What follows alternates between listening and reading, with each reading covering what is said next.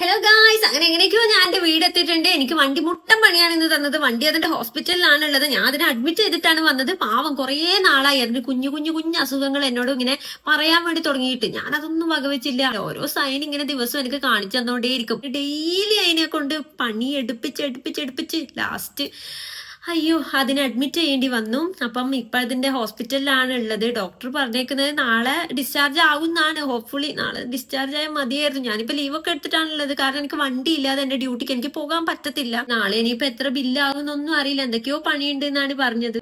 അറിയില്ല, എങ്ങനെയെങ്കിലും സെറ്റപ്പ് ആക്കി എടുക്കണം വണ്ടി. ഭയങ്കര ടെൻഷനായിരുന്നു എനിക്ക് വഴിക്കായോണ്ട്. ഒന്നാമത് ഞാനും അമ്മയും ഉണ്ടായിരുന്നു. പ്രശ്നം എന്താ വെച്ചാൽ വണ്ടി ഞാനിങ്ങനെ റേസ് കൂട്ടുന്ന സമയത്ത് വണ്ടി അതിന് തോന്നിയ പോലെ റേസ് അങ്ങ് കൂട്ടുക.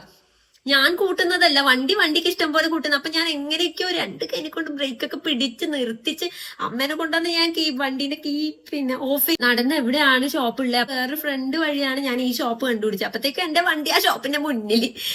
ഓക്കെ, എനിവേസ് അവിടെ ഞാനത് കൊടുത്തിട്ടുണ്ട്. നാളെ ഇനിയിപ്പൊ എന്നെ വിളിക്കുന്ന പറഞ്ഞത്. അപ്പം എനിക്കെന്താ പറയാനുള്ളതെന്ന് വിചാരിച്ചാ, നമ്മുടെ വണ്ടി ചെറിയ ചെറിയ പണികളൊക്കെ നമുക്ക് ഇങ്ങനെ തരും. അപ്പൊ ആ ടൈമിന് അതിനെല്ലാം ക്ലിയർ ചെയ്തിട്ട് കൊണ്ടുപോവാം. നമ്മളെ വണ്ടിനെ നമ്മൾ സ്നേഹിച്ചാൽ അവരും നമ്മൾ സ്നേഹിക്കും. ഇല്ലെങ്കിൽ ഇതുപോലെ വഴിക്കാക്കും. അവരുടെ തെറ്റല്ല, നമ്മുടെ തെറ്റാണ്. ഓക്കെ, അപ്പൊ മറ്റൊരു വീഡിയോ ആയിട്ട് പിന്നെ ഒരു ദിവസം കാണാം. ബൈ.